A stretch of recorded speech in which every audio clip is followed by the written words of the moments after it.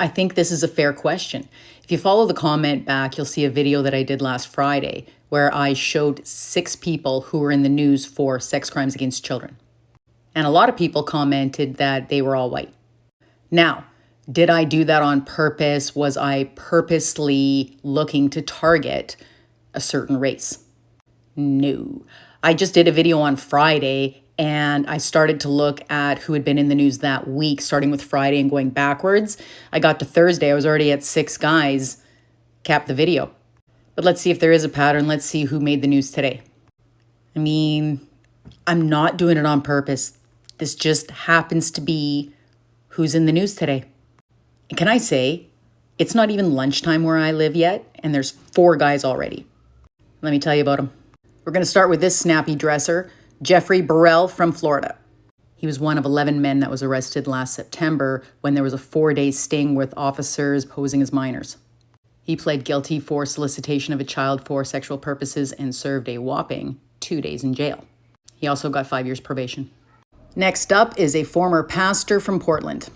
This guy co-founded a Bible community that some say was very cult-like. He was arrested in 2014, and finally today, after 3 trials, he was sentenced to 13 years for SA. And let me tell you what's gross about this story. Now, remember I said some people said his Bible community was very cult-like, but it was reported that his supporters included the parents of one of his accusers and the mom of another one. That's not it. The mom married the guy. Yeah, she married this guy that assaulted her daughter after her daughter had disclosed the assault. Next up, we're going to Arkansas to talk about Christian Sellers. He was arrested and is being held on a $250,000 bond for his actions from when he worked in daycares. I don't know in which capacity he worked in those daycares, but it was more than one.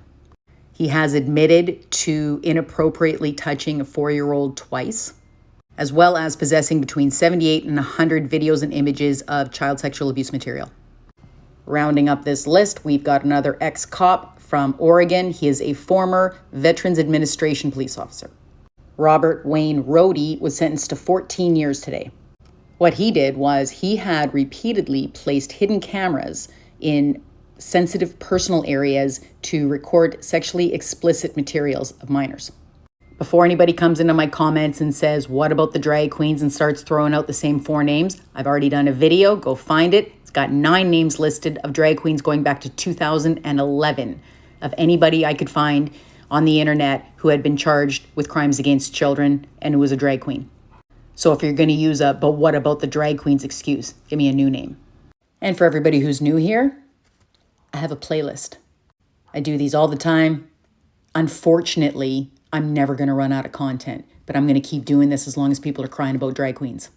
Because if they're actually passionate about protecting kids, they should go after the right people.